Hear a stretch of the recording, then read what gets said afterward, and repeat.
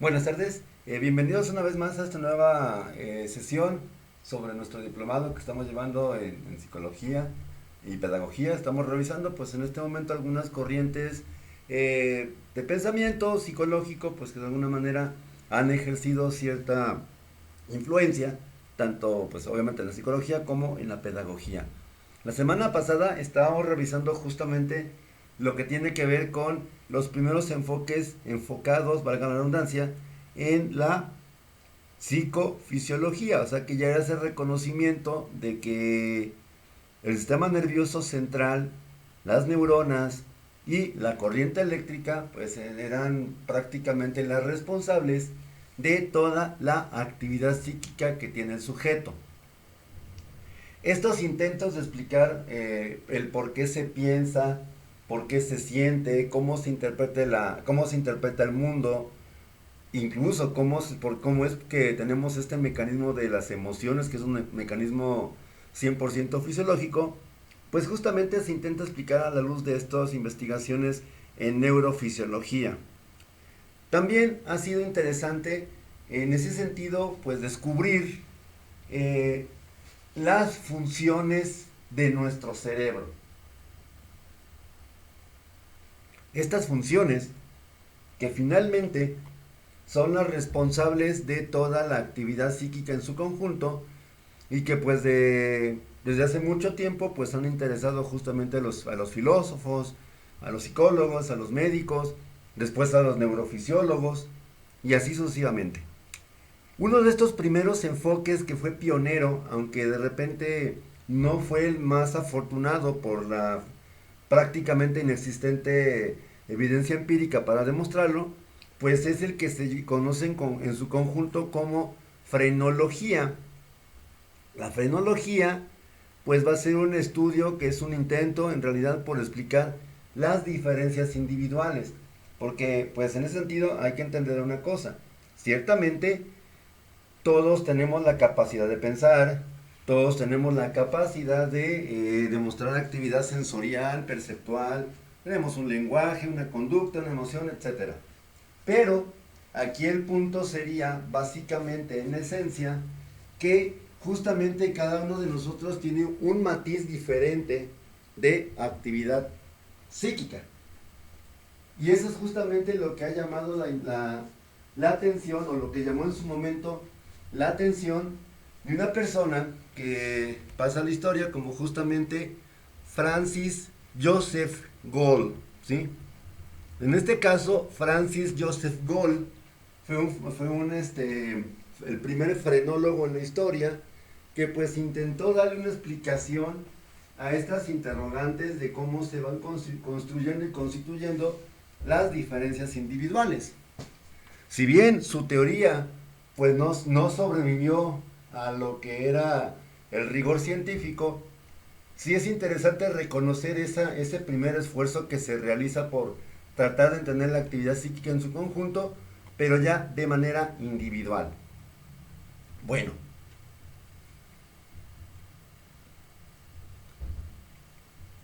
Francis Joseph Gall inicia justamente su investigación tratando de realizar una descripción bastante detallada justamente de las funciones que tiene el cerebro, ¿sí?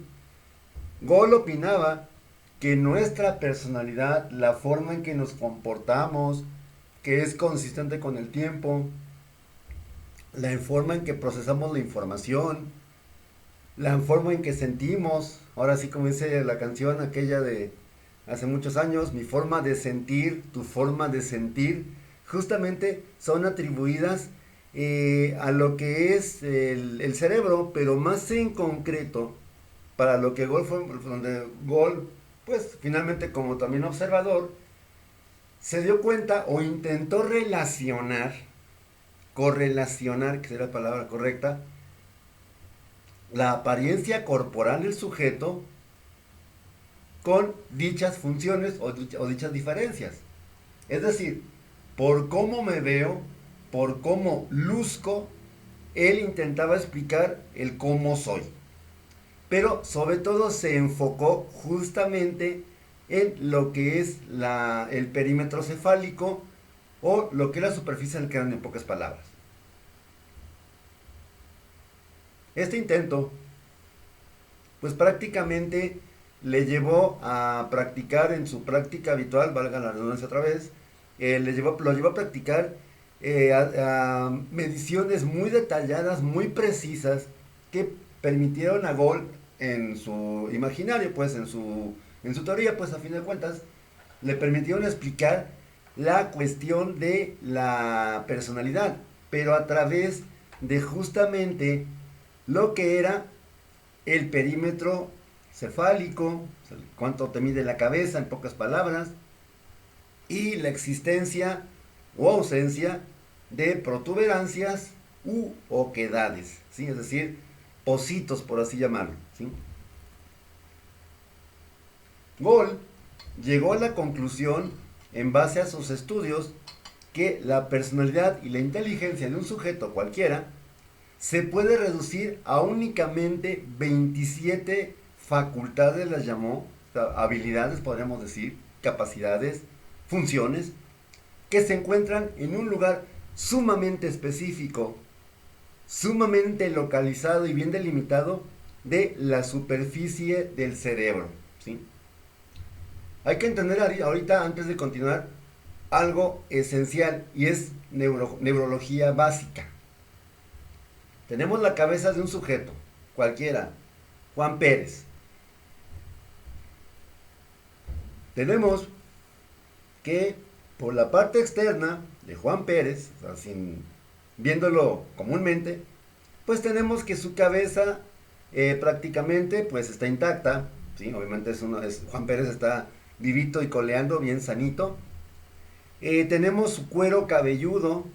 Si lo rapamos, digo, a ver si se deja primero que nada, si lo rapamos, ¿qué nos vamos a encontrar? Bueno, pues con lo que es prácticamente lo que es la cabeza sin cabello, ¿sí? Ahora, si Juan Pérez de repente nos autorizó a practicarle una cirugía cerebral, pues lógicamente vamos a tener que requerir la intervención de bueno, en este caso, pues de un instrumental quirúrgico, de un especialista. ¿Qué es lo que van a encontrar? Bueno, para empezar, van a iniciar haciendo cortes para quitar la piel, ¿sí? Lo que es la capa más externa de piel o cuero cabelludo, ¿sí? Esa capa grasa que en un momento dado pues es básicamente la epidermis y la dermis, ¿sí? Después de esto, siguiendo haciendo cortes, pues nos vamos a encontrar justamente, vamos a llegar hasta lo que es el hueso. Para esto va a pasar cierto tiempo, obviamente no es nada más, no es como cortar una naranja, valga la comparación o la metáfora, no es como cortar una naranja que simplemente le metemos cuchilla. Si nos damos cuenta, cortamos la naranja y empezamos a pelarla y nos vamos a encontrar no directamente con los gajos, o sea, con lo que son los grumitos o lo que tiene el líquido, ¿sí? Eso que hace que tenga el jugo. No, nos vamos a encontrar todavía con una capa interna que recubre justamente lo que es la naranja, el gajo de naranja. Esa película de piel que generalmente pues es de sabor amargoso. Ahora, en este caso, volviendo con el cráneo de Juan Pérez, vamos a encontrarnos finalmente haciendo cortes, vamos a llegar hasta lo que es el cráneo, el hueso, ¿sí? El hueso pues es lo suficientemente duro pues para requerir hace ya algunos años, cuando estaba yo en mi época de estudiante, en prácticas de evaluación neuropsicológica, pues nuestro instructor, nuestro maestro, nos llevó al hospital que está aquí por los Arcos en Zapopan, ¿sí? Ahí cerca de la Basílica, ¿sí? Creo que es el López Mateos, me parece. Bueno, nos invitó a una cirugía, pues justamente era un paciente que le iban a extraer un tumor, y pues lógicamente pues empezó el procedimiento. Pues la clase duraba 4 horas, ¿sí? Completas, 4 horas completas, no teóricas, sino 4 horas completas. Lo que básicamente nos puso a observar en un primer momento, bueno, nos explicaba, ok, pues ahorita ya hicimos las primeras incisiones, ya, ahora sí como comento, ya empezamos a quitar, ya pelamos la naranja en ese sentido, valga la metáfora, repito, y ahora pues nos encontramos con el hueso. Para lo que es la parte del hueso, bueno, lógicamente las cirugías cerebrales no son como antaño, que de repente eran pues prácticamente hacerle un agujero enorme a la persona en el cráneo para llegar a acceder al cerebro. No, en este caso pues era mucho más sencillo, ¿no? Y entre comillas sencillo, ¿no? Bueno, ya hicieron el corte, llegaron al cráneo, le toca el turno justamente a llegar a otro cirujano, su discípulo, su alumno, no sé, para que hiciera los cortes en lo que es el hueso del cráneo. Prácticamente trajo un taladro y taladró 4 orificios, ¿sí? Hagan de cuenta que es como si agarráramos una tablita, un pedacito de madera y hiciéramos las perforaciones. Bueno, en este caso hizo la perforación y sacó justamente el hueso para, nos decía él, para con ese mismo material óseo, pues va a hacer otra vez la pasta para sellar o para soldar otra vez el cráneo que estaba pues siendo removido. Que lo que de esencia quería hacer era sacar como una tapita, algo así como una tapita para justamente acceder al cerebro. Bueno, nos explicaba él que este procedimiento tenía que hacerse con suma cautela porque si se pasaba por un milímetro, una milésima de milímetro, ¿sí? De repente podían dañar irreversiblemente las capas internas que recubren al cerebro. Y esto es justamente lo importante de esto que estoy diciendo, ¿sí? Francis Gall pensaba que el cerebro estaba directamente en contacto con el cerebro, perdón, que el cerebro estaba directamente en contacto con el cráneo, ¿sí? Así. No es así. Después del cráneo, debajo del cráneo, pues vienen 3 membranas que protegen justamente lo que es al cerebro. La dura madre, la aracnoides y la pía madre. La pía madre es la membrana más interna, que es la que esa sí está directamente en contacto con el cerebro. Bueno, para acabar con el ejemplo que estaba manejando de nuestra clase de prácticas de diagnóstico neurológico, bueno, el doctor que llegó después a hacer justamente la remoción de la tapita del cráneo, pues introduce una sierra en forma de hilo y justamente empieza a serruchar, literal, así, serruchar. Pues era un sujeto, me acuerdo, era un doctor, pues llenito, así, se veía así fornido, y pues se vio que estaba sudándole, ¿sí? Y haciendo justamente ese movimiento de sacar, o sea, perforar el hueso sin necesidad de utilizar pues un esmeril, tal vez que era lo más apropiado, o lo que se podía hacer con más rapidez. Y repito, el maestro nos decía justamente para evitar un daño mucho mayor. Bueno, para no hacer el cuento muy largo, pues nada más en el simple proceso de quitar la tapita del cráneo se llevó las 3 horas de la clase. O sea, 3 horas de clase y pues el otro tiempo fue las primeras medidas que hizo el doctor, nuestro maestro, antes de empezar a hacerla, antes de que llegara su discípulo.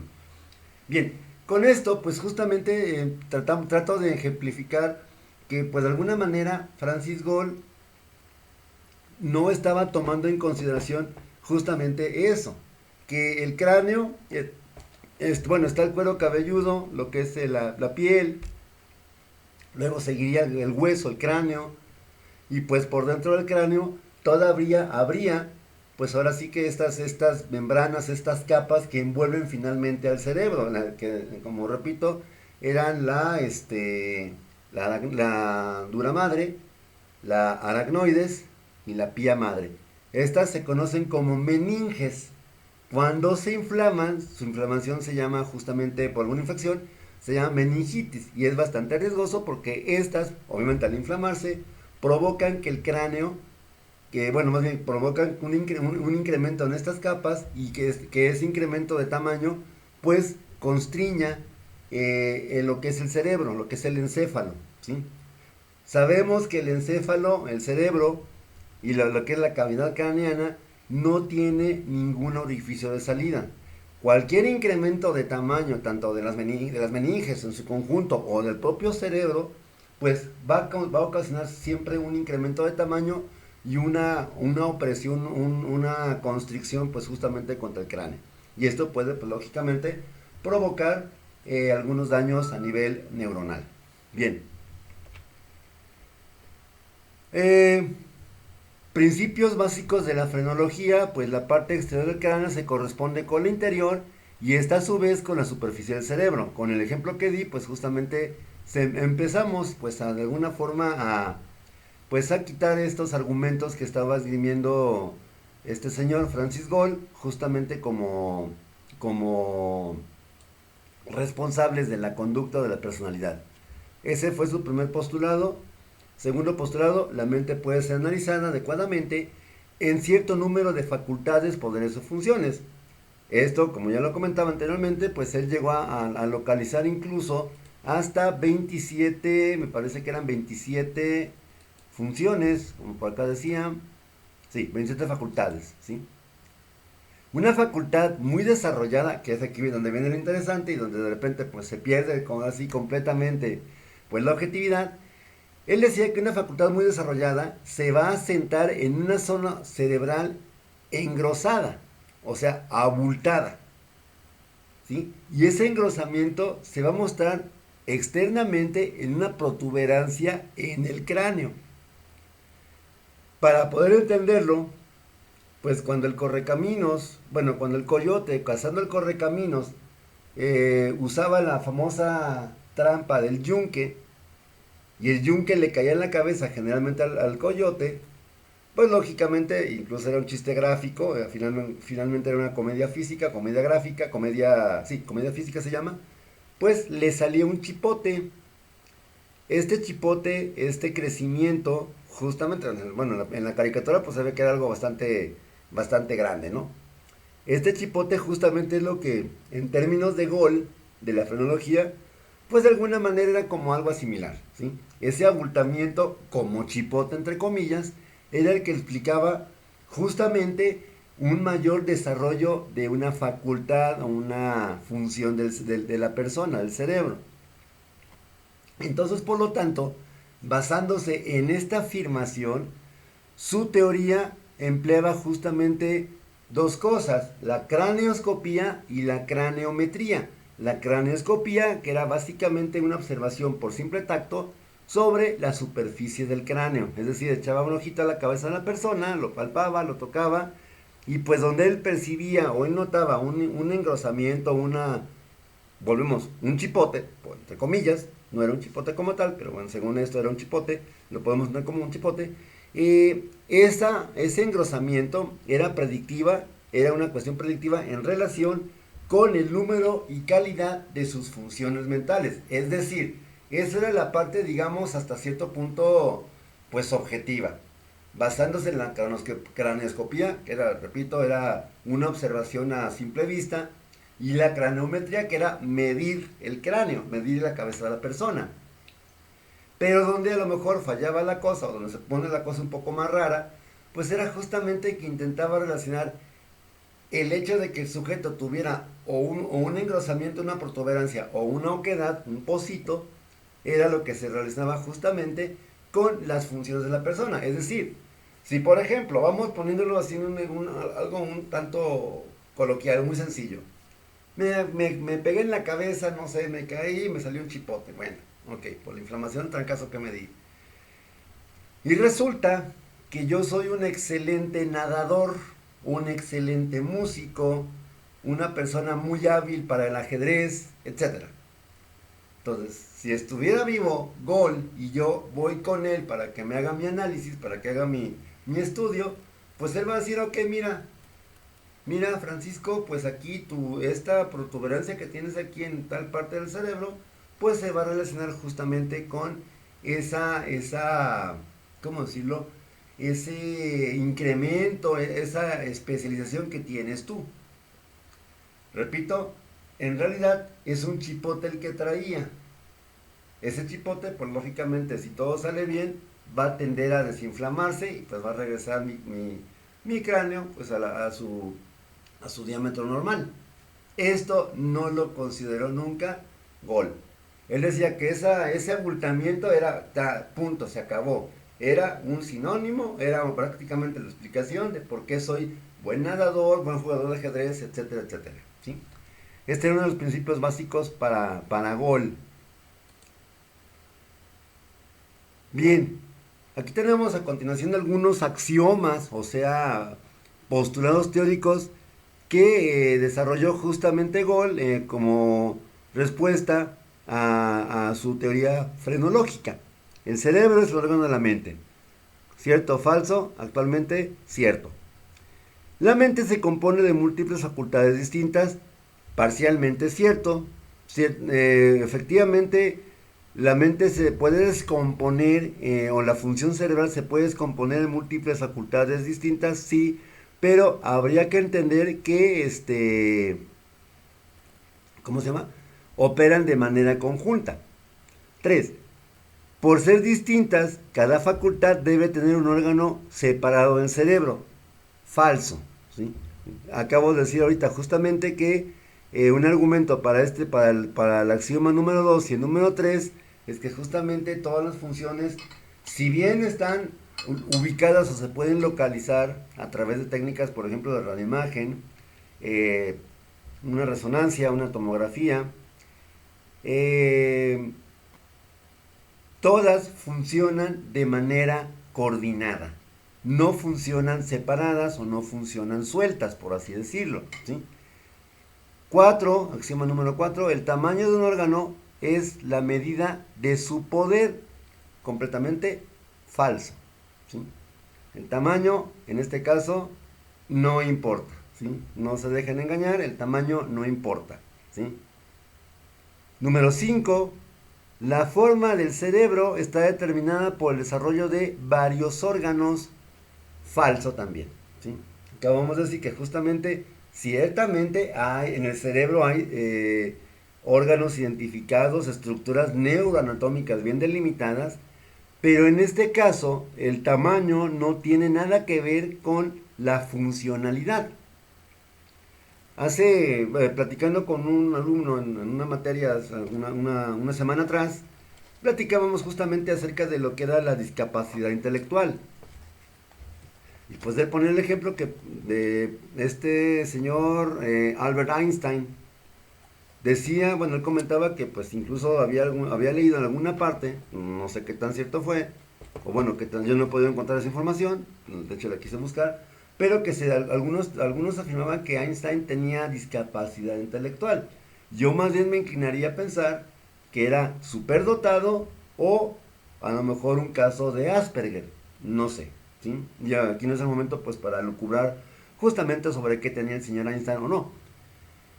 Pero justamente también es bien sabido que cuando él fallece pues acepta, o sea, deja por escrito que a su cerebro le puedan hacer algún tipo de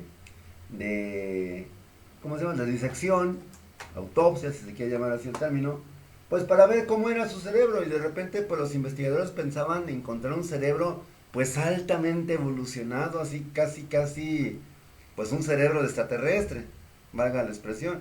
Y oh sorpresa, se encontraron con un cerebro común y corriente. Lo que sí, un poquito más chiquito, por milésimas que el resto de la población, pero hasta allí. Esa fue la única diferencia anatómica que encontraron. ¿Sí? En este caso, pues los únicos dos axiomas que todavía podrían supervivir desde esa época de Gol, pues es el 1 y el 2. 3, 4 y 5, a la luz de la ciencia moderna, pues están completamente descartados. ¿Sí? Sin embargo, la doctrina de Gol es un aspecto muy importante porque representa un primer intento, aunque bastante extraño, por explicar la fisiología y el funcionamiento cerebral. Que se equivocó el señor en un montón de cosas, sí, efectivamente se equivocó en muchas cosas, que lógicamente pues no era como él decía, pero pues ya se le reconoce pues cierta visualización de que el cerebro tenía varias funciones y que finalmente se pueden explicar, se pueden describir estas funciones. Francis Gall, dicho sea de paso, es en parte responsable de una corriente en neuropsicología que se llama localizacionismo, ¿sí? Donde, por ejemplo, años más tarde, Paul Broca y Wernicke, pues sí, justamente intentan explicar, pero ya de manera más sistematizada, un poco más científica, pues justamente esto, ¿sí? Esta parte de que efectivamente el lenguaje, en este caso, pues está asentado en dos áreas, en los lóbulos temporales, ¿sí? Que es el temporal izquierdo y el temporal derecho, en las respectivas áreas de Broca y de Wernicke, ¿sí? Bien, aquí tenemos justamente, bueno, espero que cuando tengan la oportunidad de ver este video se pueda ver un poquito más grande. Tenemos justamente la ubicación que hizo Broca, perdón, Broca no, Wernicke, perdón, Francis Gall, de su mapa frenológico, y así se llamaba. Esta imagen pues la saqué de internet, ¿sí? Pueden revisarla, incluso ahí está, pues incluso la pueden ver más grande, simplemente tecleen en su buscador de preferencia mapa frenológico de Gall, y esto lo acaban de encontrar. Justamente, según él, hizo un mapa topográfico, o sea, por regiones, que según él, cuando estaban presentes o ausentes, pues de repente una oquedad, un pocito, etcétera, pues ahí en esta región, pues es donde estaba justamente ya sea una habilidad excepcional o una carencia completa, ¿sí?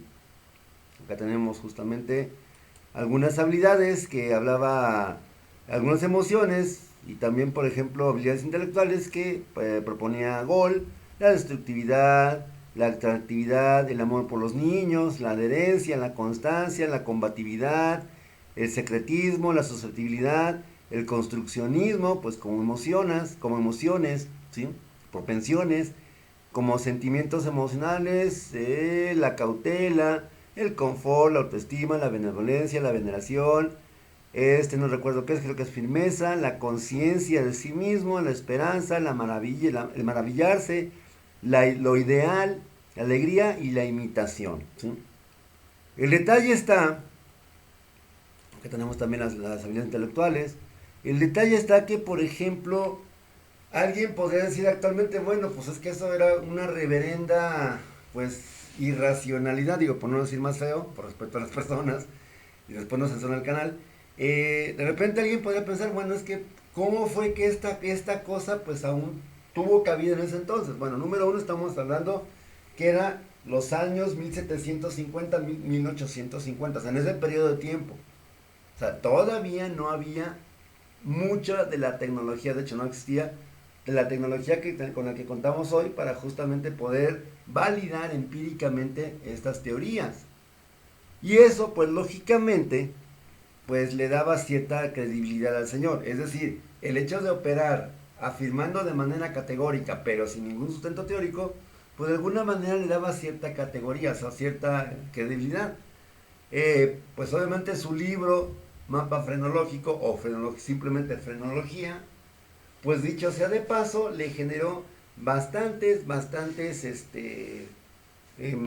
¿cómo decirlo? Remuneraciones económicas.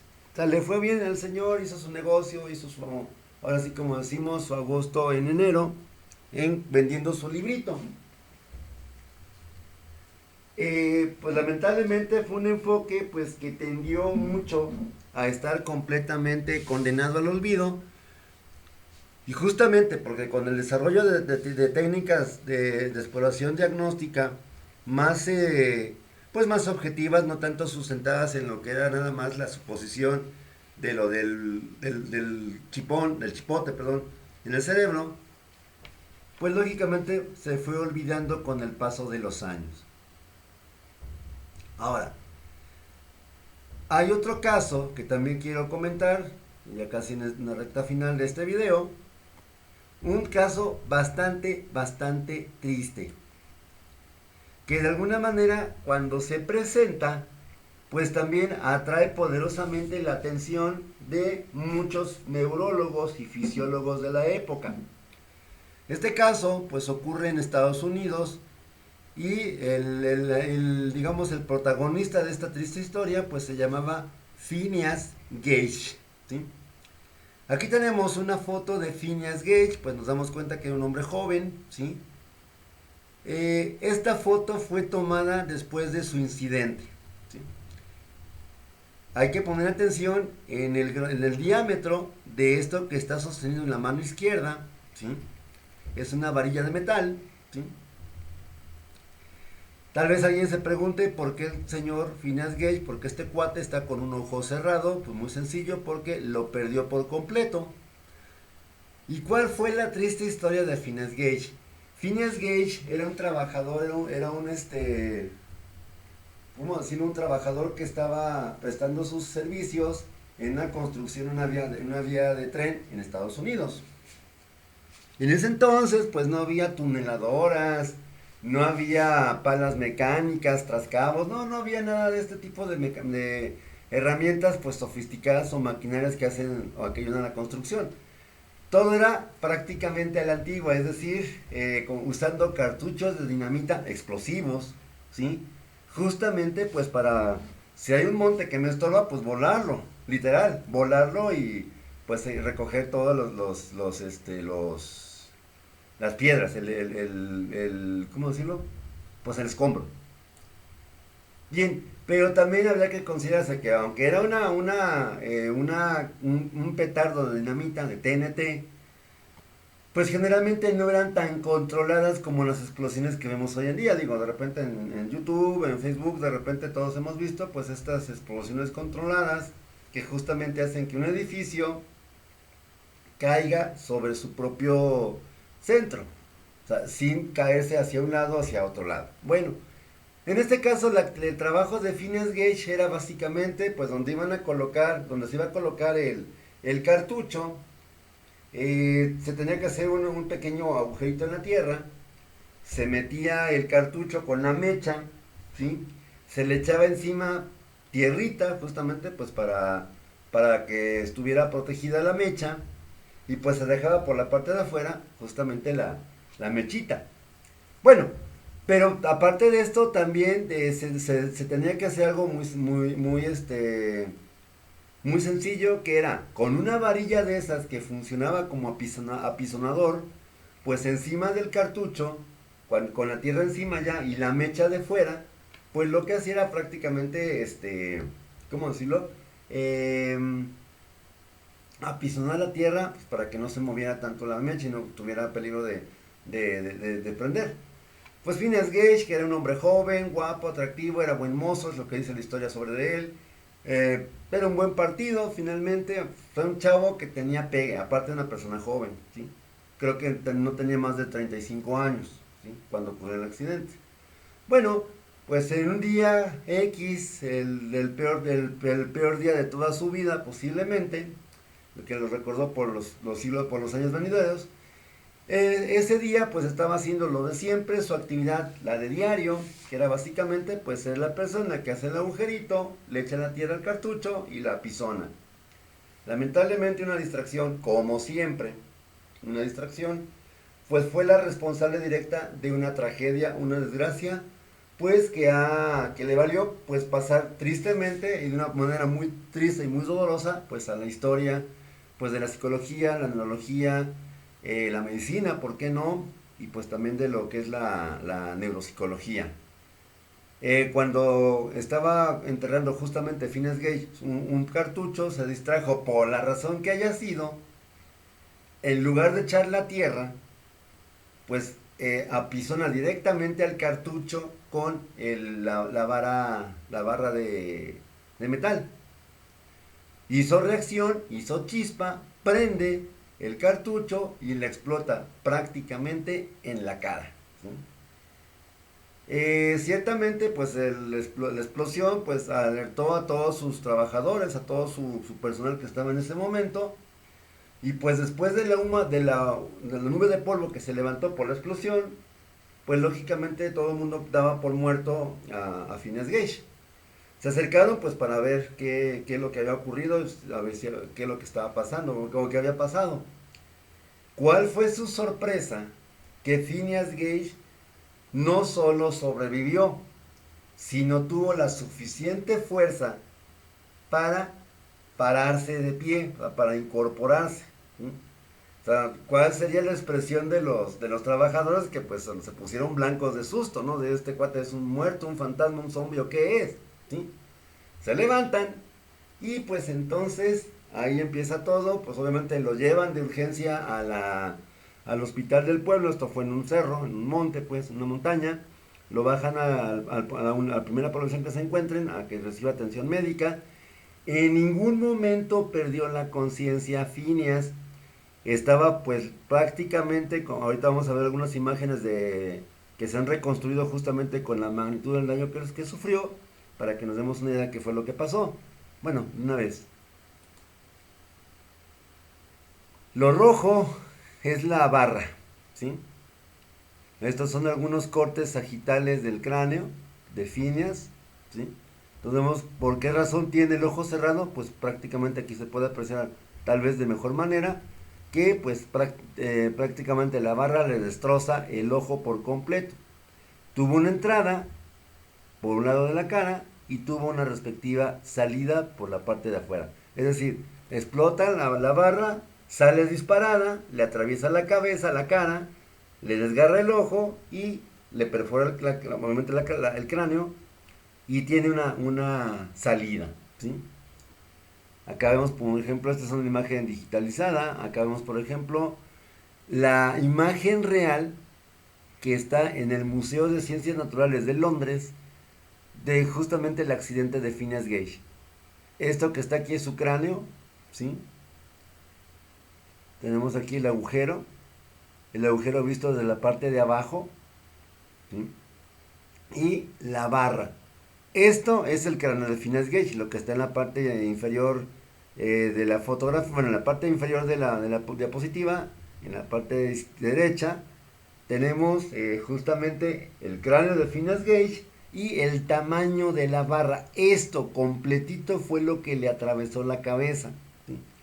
Cuando Phineas Gage llega al pueblo, repito, no solo estaba consciente, estaba despierto, también estaba pues hablando. Hay registros históricos que señalan que pues le dice al médico que lo empieza a tratar. He aquí, doctor, pues un caso donde tiene que trabajar mucho. ¿Sí? Es decir, no perdió función de la conciencia, tampoco perdió el habla. Y bueno, obviamente pues después de los primeros meses yo igual no quiero pensar cuál fue la reacción de los que lo atendieron. Después de esto, al paso de los meses, ya después de su recuperación, pues él queda bien, así nada más, queda bien. Obviamente nótese el sarcasmo, ¿por qué? Porque en realidad, a partir de ese accidente, el anterior Phineas Gage murió. El nuevo Phineas Gage era una persona diametralmente opuesta a lo que era antes del accidente. ¿Sí? Se volvió hostil, enojón, violento, no duraba en sus trabajos, irresponsable, hasta cierto punto con personalidad un tanto infantil, o sea, propenso a hacer berrinches. ¿Sí? Todo esto porque finalmente el cerebro, digo, perdón, bueno, sí, su cerebro fue afectado justamente en el área que controla la conducta motora voluntaria, que es el lóbulo frontal. Aquí vemos igual otra vez otra imagen digitalizada. ¿Qué fue lo que le pasó justamente al lóbulo izquierdo al lóbulo temporal, el lóbulo frontal izquierdo, justamente después de haber atravesado la barra? ¿Sí? Este caso de Phineas Gage, pues es relevante porque para entender justamente que el cerebro funciona como un todo. Una lesión masiva como la que indudablemente sufrió Phineas Gage prácticamente le vino a modificar al 100% toda su personalidad que tenía. No duraban los trabajos, repito, decides finalmente él irse a trabajar en un circo de fenómenos, como de repente nos ponen las películas, un circo de fenómenos, ¿Qué era lo que hacía? Pues lógicamente, como está en esta foto que mostramos al principio, ay, creo que la borré, bueno, como mostramos en esta foto, justamente veíamos la imagen de Phineas Gage sentado, justamente posando para la foto, obviamente por unos cuantos dólares para sobrevivir. Y así acaba la historia tristemente desafortunada y tristemente célebre de Phineas Gage. Esto llevó justamente a los neurólogos y a los neuropsicólogos pues a entender que el cerebro funciona como un todo y no nada más como decía este señor Francis Gall, ¿sí?